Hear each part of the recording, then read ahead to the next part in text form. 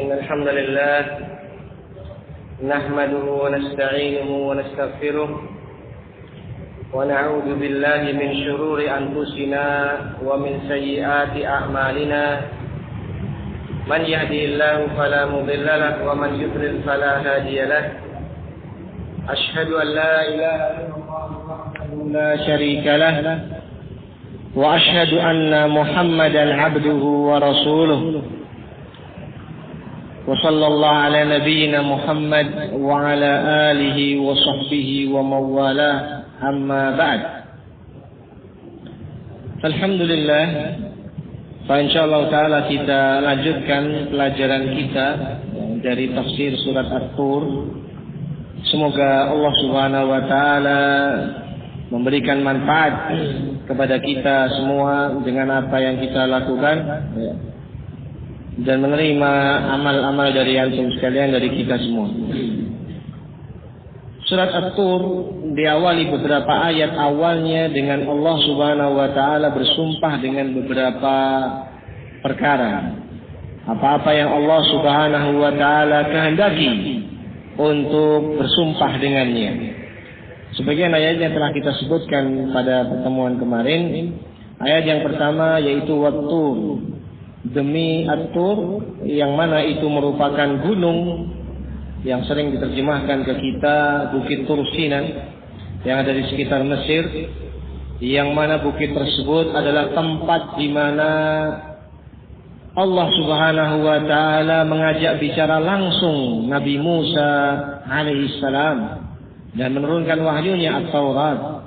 Allah bersumpah dengan bukit tersebut, Bukit Tur Sinan.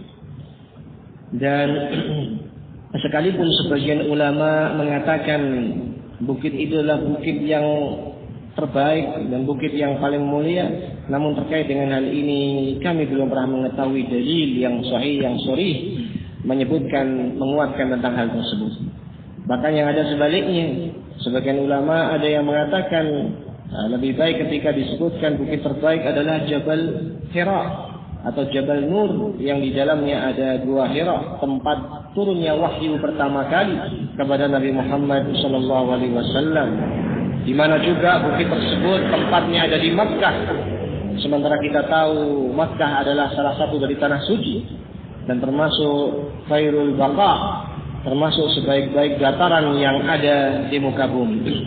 Dan sebagian lain baik juga kita teringat bukit yang lain, Bukit Uhud yang ada di Madinah, di mana Nabi Shallallahu Alaihi Wasallam pernah naik ke atasnya. Begitu pula ditemani oleh sahabat-sahabatnya Abu Bakar, Umar dan Utsman. Dan di antara apa yang beliau sebutkan tentang Bukit Uhud adalah Uhud jabalun yuhibbuna wa nuhibbuhu. Bukit Uhud adalah gunung yang ia mencintai kita, kami pun mencintainya. Ini beberapa hal, dan sebagaimana telah kita pernah sebutkan, wa in min syai'in illa yusabbihu bihamdi, tidaklah segala sesuatu kecuali bertasbih menyebut Rabbnya, hanya saja walakin la tafqahuna tasbihahum, kalian manusia tidak memahami bagaimana cara tasbih mereka. Dan begitu pula Allah Subhanahu wa taala yang menahan dan mencegah langit agar tidak runtuh, bumi agar tidak berjalan atau bergerak, dan Allah pasang patok-patoknya yaitu gunung. Dan sebagaimana pernah kita sebutkan ayat, Allah mengatakan Allahu yumsikus samawati wal arda an tazula, Allah lah yang menahan langit-langit maupun bumi agar tidak hilang, tidak lenyap, tidak bergeser, tidak berjalan, tidak runtuh. Allah Subhanahu wa taala yang menjaganya, ya.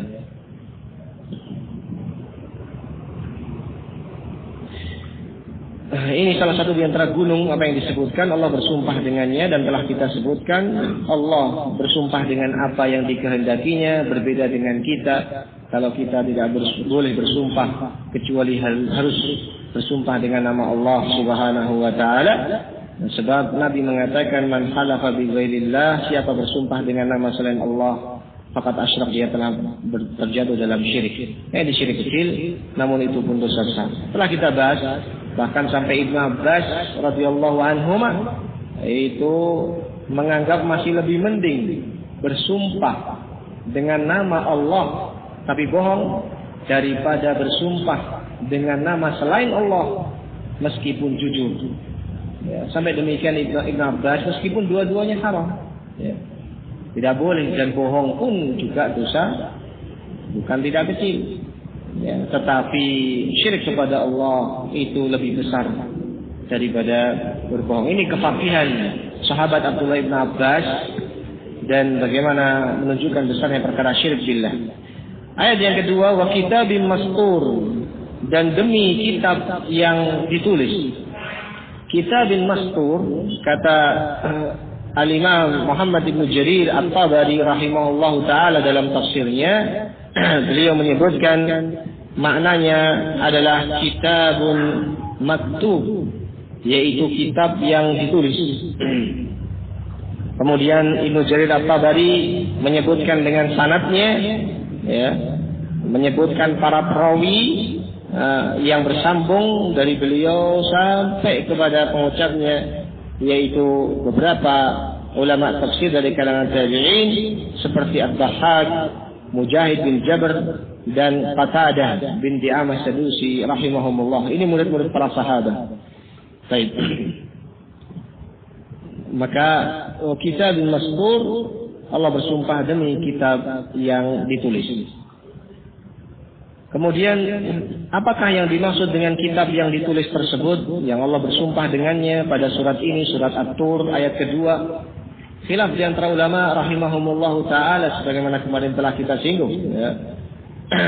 Syekh Sa'di rahimahullah menyebutkan yuhtamalu annal murada bihi Allahul Mahfuz. Ada kemungkinan bahwasanya yang dimaksud dengan kitab mastur di sini adalah demi kitab yang ditulis adalah kitab catatan takdir, yaitu Allahul Mahfuz yang ada di atas sana, yang mana Allah Subhanahu wa taala menuliskan padanya segala apa yang bakal terjadi di muka bumi ini. Sebagai dalam hadis, innallaha kataba maqadira kulla syai' qabla an yakhluqa as-samawati wal ardi 50 alf sana. Sesungguhnya Allah menuliskan takdir ketetapan segala sesuatu yang akan terjadi di dunia ini, ya. Dari dulu awal penciptaan hingga tegaknya hari kiamat kelak, Allah tuliskan semuanya di situ. Ya.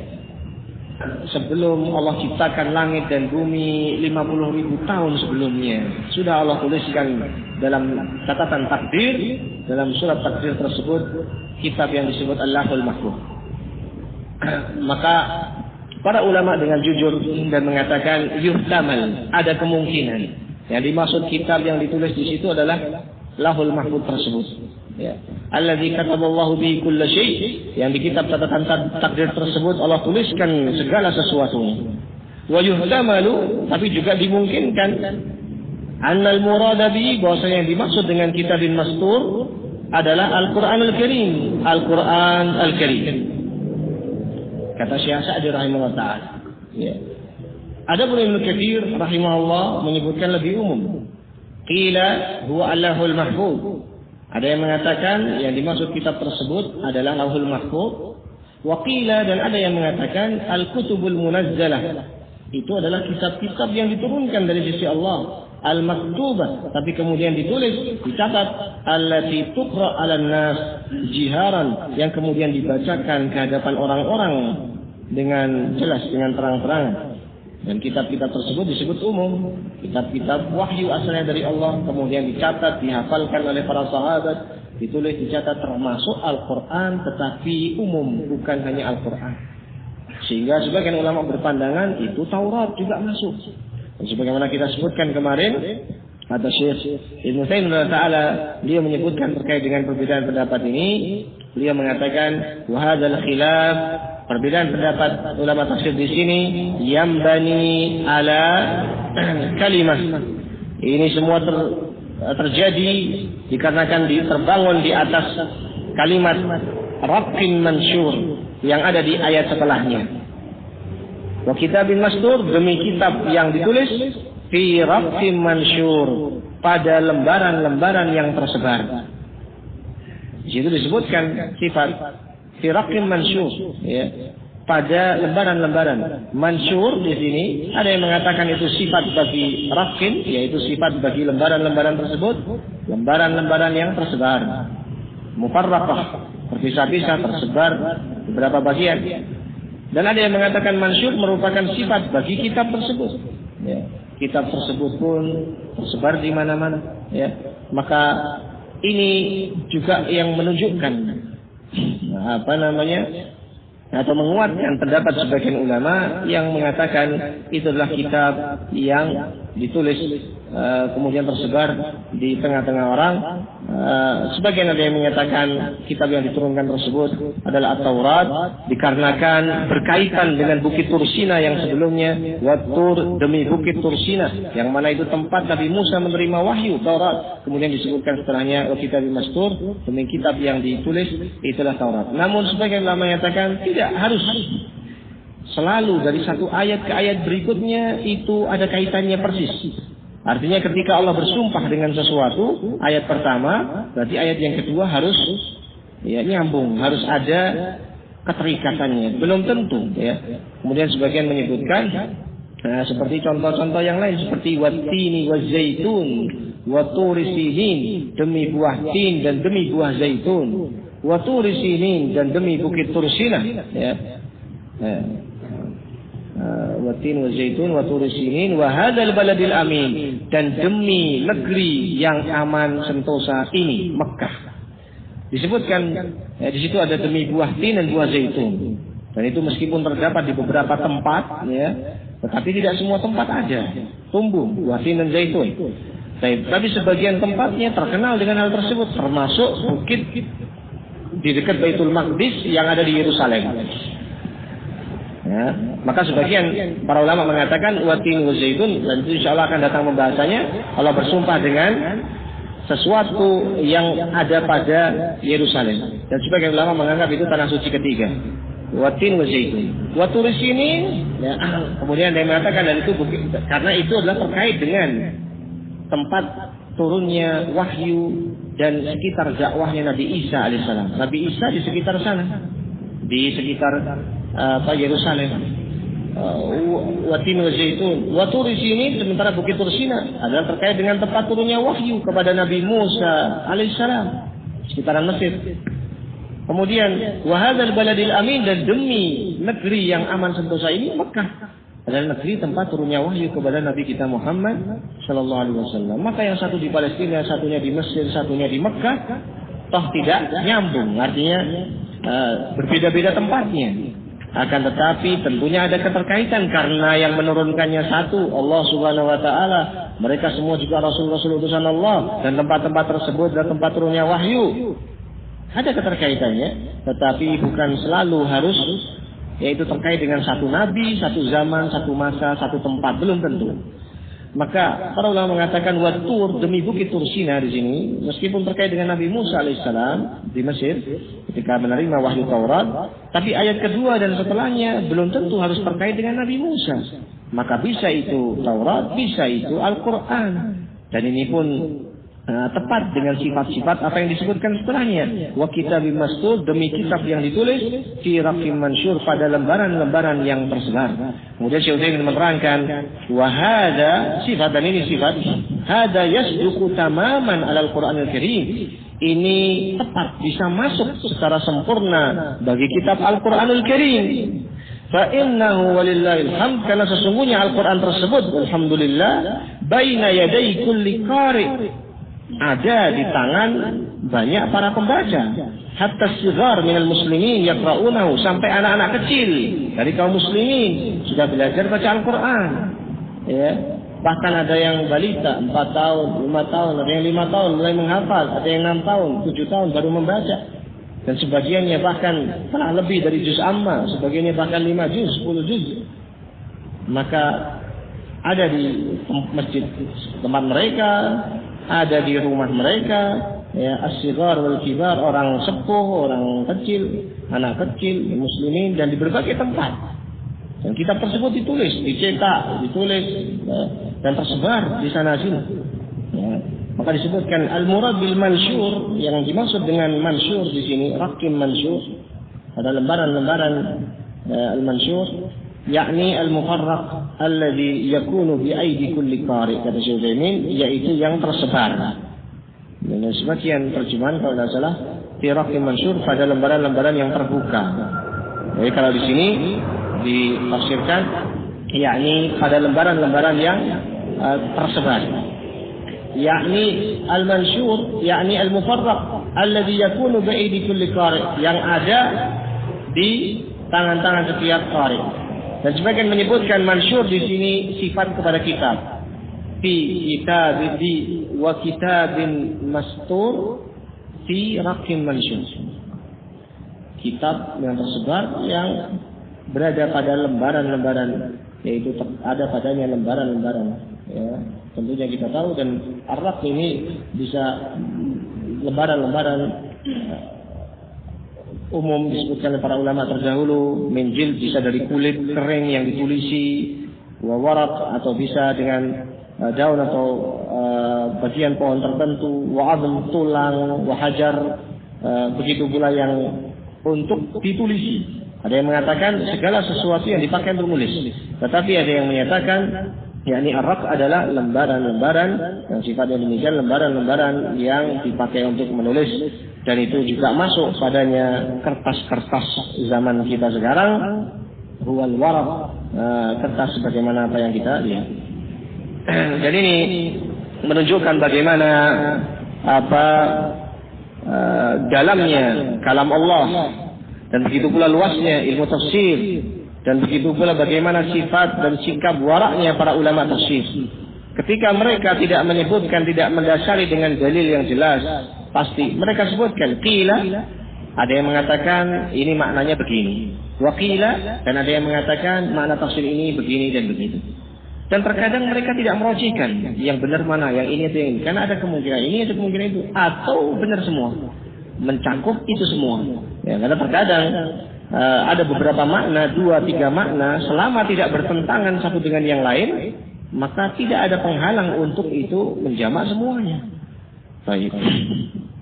Alakulin, maka ini menunjukkan ini berbeda dengan ayat yang pertama. Wat-tur adalah demi bukit Tursina, jelas. Ya, tempatnya di mana, itu apa, jelas. Tetapi pada ayat yang kedua dan ketiga umum. Wa kitabin mastur, demi kitab yang ditulis, fi raqin mansyur, pada lembaran-lembaran yang tersebar, itu apa? Maka ada khilaf di antara ulama sebagaimana tadi apa yang kita sebutkan. Baik, kemudian pula Allah bersumpah di ayat setelahnya, wal baitil ma'mur, dan demi rumah yang dimakmurkan. Itu makna al-bait, itu rumah, al-ma'mur itu yang dimakmurkan, itu terjemahannya. Tetapi apakah yang dimaksud dengan al-baitul ma'mur ini? Ya. Pendapat yang paling kuat di sini adalah baitul ma'mur adalah sebuah rumah di antara rumah-rumah Allah, ya, seperti masjid, rumah peribadatan. Tetapi ini rumah ibadah bagi para penghuni langit. Dan terkait dengan hal ini tidak kita sampaikan dengan dugaan-dugaan, dengan kira-kira atau prasangka, tetapi kita katakan demikian karena para ulama tafsir menyebutkannya dengan dasar dalil yang sahih terkait dengan Baitul Ma'mur ini. Ibnu Katsir rahimahullah taala dalam tafsir yang mengatakan sabata fi sahihain, telah sahih, telah sabit adanya dalam dua kitab sahih, Sahih Bukhari dan Sahih Muslim, sebuah hadis anna Rasulullah sallallahu alaihi wasallam ya qala fi hadis al-Isra ba'da mujawazati ila as-sama'i as-sabi'ah, bahwasanya ketika kisah kejadian Isra Mi'raj, dan itu kisah Nabi sallallahu alaihi wasallam dipanggil ke langit, dan itu ada beberapa hikmah di antaranya disebutkan oleh para ulama sirah, ya. Karena sebelum itu tidak lama terjadi kepada Rasulullah sallallahu alaihi wasallam kesedihan-kesedihan yang mendalam, jauh melebihi kesedihan yang menimpa kita. Maka para ulama mengatakan barang siapa yang tertimpa musibah, ingatlah dengan musibah yang menimpa Rasulullah sallallahu alaihi wasallam. Niscaya akan lebih ringan musibah yang dia alami. Dan ini juga sebagaimana Rasulullah sallallahu alaihi wasallam ketika ditimpa musibah, beliau mengingat pendahulunya Nabi Musa ketika beliau disakiti, ya, ditentang dalam dakwahnya, dan beliau mengatakan rahimallah akhi Musa, semoga Allah merahmati saudaraku Musa. Qad udhiya akthar min hadza, beliau telah disakiti lebih daripada ini, fasabar, tapi beliau masih bersabar. Ya, ketika beliau dituduh tidak adil, adil ya Muhammad, bersikap adil engkau ya Muhammad, kalau bagi-bagi ghanimah yang adil. Sampai Dzulqaisirah tadi bersumpah dengan nama Allah, pembagian ghanimah ini tidak ikhlas diinginkan padanya wajah Allah. Sebagian dikasih lebih banyak, sebagian ini.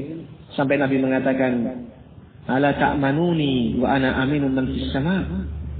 Tidakkah kalian percaya kepadaku sementara aku ini orang yang dipercaya oleh yang di langit? Ya. Faman ya'dil illam adil. Siapa lagi yang lebih adil kalau aku saja dianggap tidak adil? Kata Nabi sallallahu alaihi wasallam. Maka Nabi sallallahu alaihi wasallam mengingat pendahulunya salafus saleh, dan ini diantara faedah seorang mengingat dan membaca dalam sejarah kisah-kisah orang-orang saleh yang terdahulu. Ya, itu faedahnya besar. Dan dalam salah satu demikian pula kita sebagai umat Nabi Muhammad SAW, pendahulu kita banyak, ada para nabi dan ada para sahabatnya, termasuk orang yang paling bertakwa, paling saleh, paling sabar, paling utama di sisi Allah adalah Nabi kita sendiri, Nabi kita Muhammad SAW. Maka Nabi SAW itu diantara musibah beliau, bukan hanya anak-anak beliau itu dicabut, diwafatkan oleh Allah Subhanahu Wa Taala, semuanya habis semasa beliau hidup, kecuali Fatimah.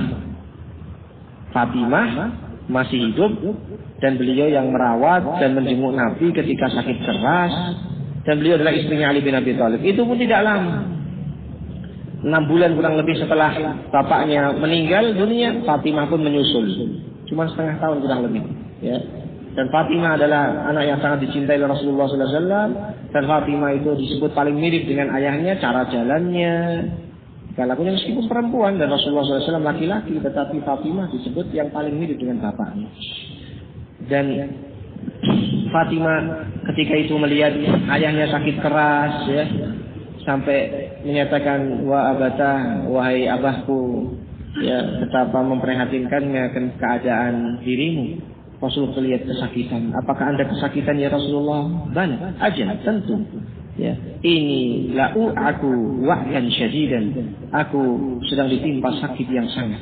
Maka beliau menyebutkan 2 kali apa yang dirasakan oleh umatku. Ya. Dan itu atas hikmah Allah Subhanahu Wa Taala. Sampai kemudian Nabi Sallallahu Alaihi Wasallam menghibur putrinya agar tidak sedih melihat kondisi bapaknya. Maka Rasulullah SAW mengatakan, inna laisa li abika karbun ba'dal yaum. Tetapi wahai putriku, tidak akan ada lagi kesulitan menimpa bapakmu setelah ini. Ini detik-detik terakhir, artinya ini maknanya ini detik-detik terakhir di dunia. Allah tidak timpakan sakit ini kepadaku, tapi setelah ini wahai putriku tidak ada lagi kesakitan, tidak ada lagi kesusahan. Setelah ini bapakmu akan senang, itu maknanya. Tidak usah kau bersedih. Ya. Dan ini sampai Aisyah mengatakan, dan ini juga mengingatkan kita berulang kali apa yang sering tersebar di kalangan awam, orang kalau meninggalnya gampang berarti husnul khotimah. Kalau orang meninggalnya susah, lama, berminggu-minggu, berbulan-bulan sakit, berarti ini ketoke ora husnul khotimah. Ini sering kita ingatkan karena ini sering tersebar di masyarakat. Tidak demikian, tapi yang dilihat adalah amalannya. Apakah gimana sholatnya, gimana akhlaknya baik Anda, itu. Adapun masalah sakit, adapun masalah cara meninggal, macam-macam orang. Ya. Oleh karena itu Aisyah radhiyallahu anha sampai mengatakan, aku tidak lagi kagum dengan orang yang dimudahkan dalam cara meninggalnya. Setelah apa yang aku lihat menimpa Rasulullah Sallallahu Alaihi Wasallam. Maka setelah Aisyah radhiyallahu anha melihat apa yang ada pada Rasulullah sallallahu alaihi wasallam, beliau kesakitan, beliau pun juga merasakan sakit. Ternyata Nabi pun yang dicintai oleh Allah, ternyata Nabi pun yang paling mulia dan bertakwa juga merasakan sakit. Sampai Nabi mengatakan, innalil mauti lasakarat, sesungguhnya kematian itu memiliki masa-masa sakit, sakarat. Sampai disebut sakarat, orang mabuk itu disebut sukran. Ya, disebut orang yang mabuk, sampai kadang sadar, kadang tidak, kadang bisa nyambung, kadang tidak. Saking sakitnya. Kadang bisa dengar, bisa paham, kadang tidak. Saking sakitnya, saking bingungnya mau menghadapi yang sesuatu, sampai Nabi mengusap. Dan di antara tanda seorang husnul khatimah adalah berkeringat pada dahi. Nabi terkadang pingsan, kadang bangun lagi. Dan kadang Nabi ketika agak segar, Nabi melihat siwak ada pada Abdurrahman bin Abi Bakar. Nabi menginginkannya, Aisyah mengambilkannya. Di masa-masa seperti itu, masa-masa kritis, Nabi kepikiran sikat gigi. Kenapa? Tidak lain dan tidak bukan karena siwak, gosok gigi itu bisa mendatangkan keridhaan Allah. As-siwak madharatun lil fam, mardatun lil rabb. Siwak itu bisa membersihkan gigi dan mendatangkan keridhaan Allah. Perkara yang mudah. Tapi kebanyakan kita di kamar mandi gosok gigi, tidak istighfar masalah ini. Itulah bedanya kita dengan ulama. Kita gosok gigi, ulama juga gosok gigi. Tapi mereka itu kalau mau gosok gigi, niatnya ingin dapat ridhonya Allah. Tapi kalau kita gosok gigi, nggak gosok gigi, lewat begitu saja. Maka ini perkara-perkara yang penting. Kemudian di antara musibah ketika itu Nabi Sallallahu Alaihi Wasallam, semua anak-anak beliau, putra-putri beliau wafat, ya, kecuali Fatimah. Ibrahim masa kecil, ya, meninggal, yang laki-laki semua habis Qasim, begitu pula yang menjadi istri-istri Utsman, Ummu Kulthum, Zainab, pulang. Satu meninggal, dinikahkan lagi Utsman yang kedua, sampai meninggal lagi. Sampai Rasul mengatakan habis putra-putrinya. Wallahi law kana indi tsalitsah, demi Allah kalau aku punya putri ketiga, la zawwajtukaha, pasti sudah aku nikahkan untukmu ya Utsman. Meninggal satu, nikahkan lagi yang kedua, karena enggak boleh duanya sekaligus. Menjamak bainal ukhtain, antara dua saudara sekaligus istri satu istri kedua enggak boleh. Tapi ini kalau saudara, kalau selain saudara enggak masalah. Ya, tetapi saudaranya satu meninggal, nikahi kakaknya atau adiknya, meninggal lagi berikut ini boleh.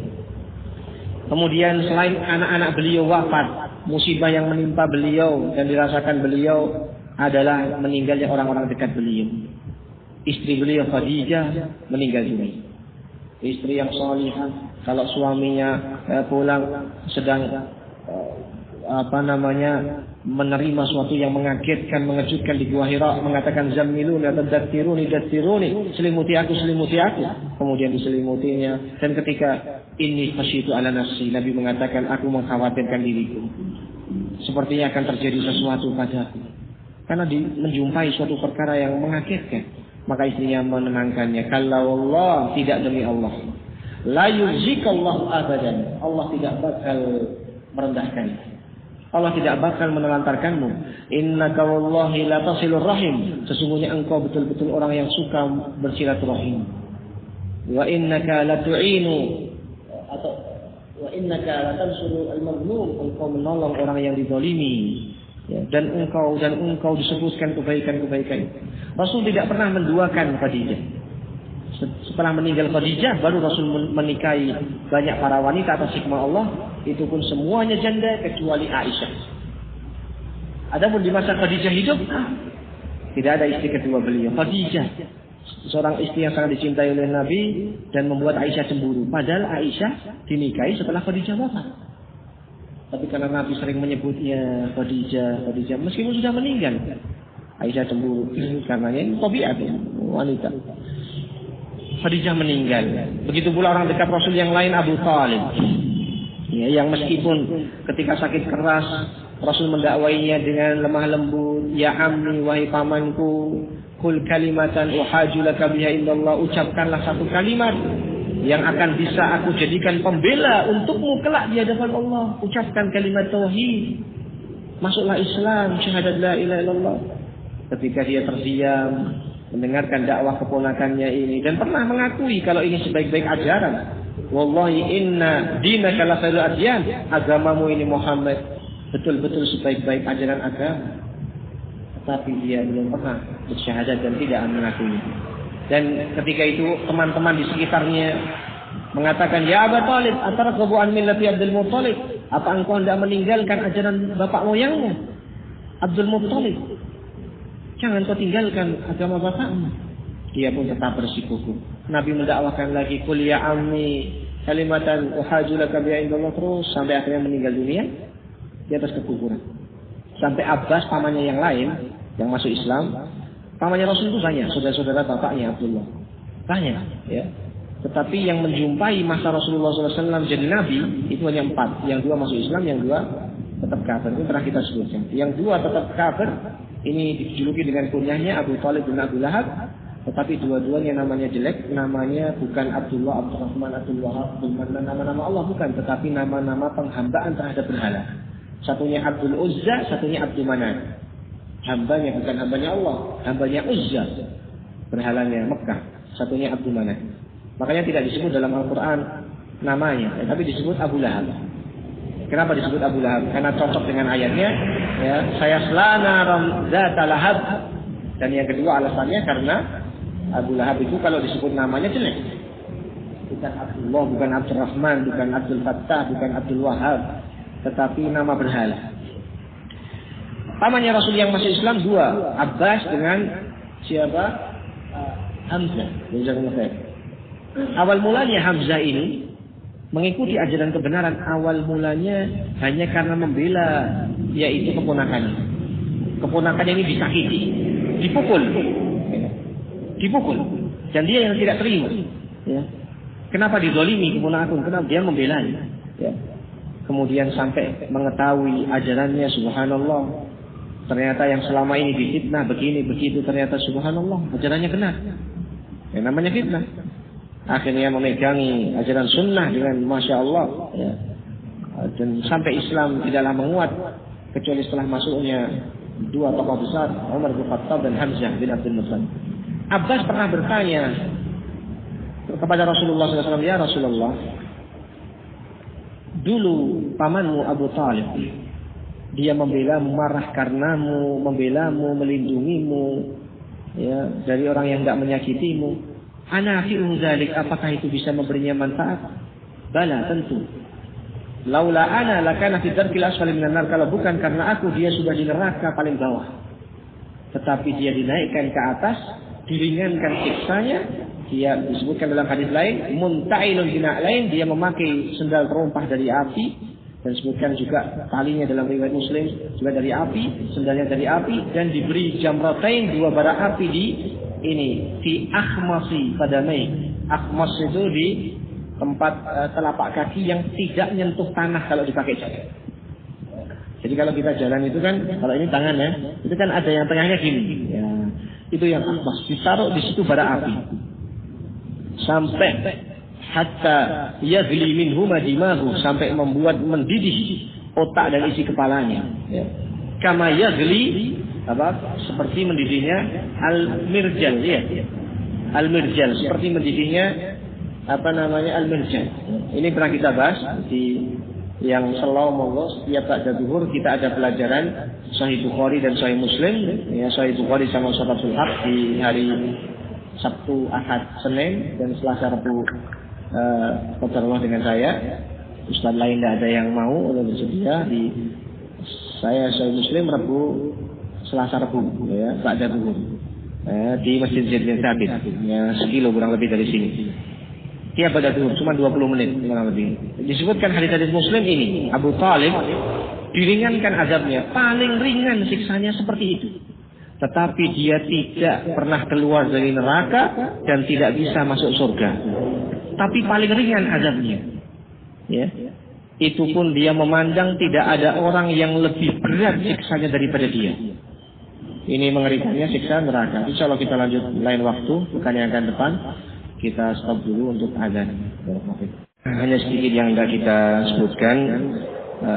Tadi terkait dengan setelah Rasulullah SAW mendapatkan beberapa kesedihan dengan meninggalnya orang-orang dekat beliau, maka Allah tidak menghibur beliau alaihissalam, dinaikkan ke atas langit Isra Mi'raj, dan itu menunjukkan Allah di atas.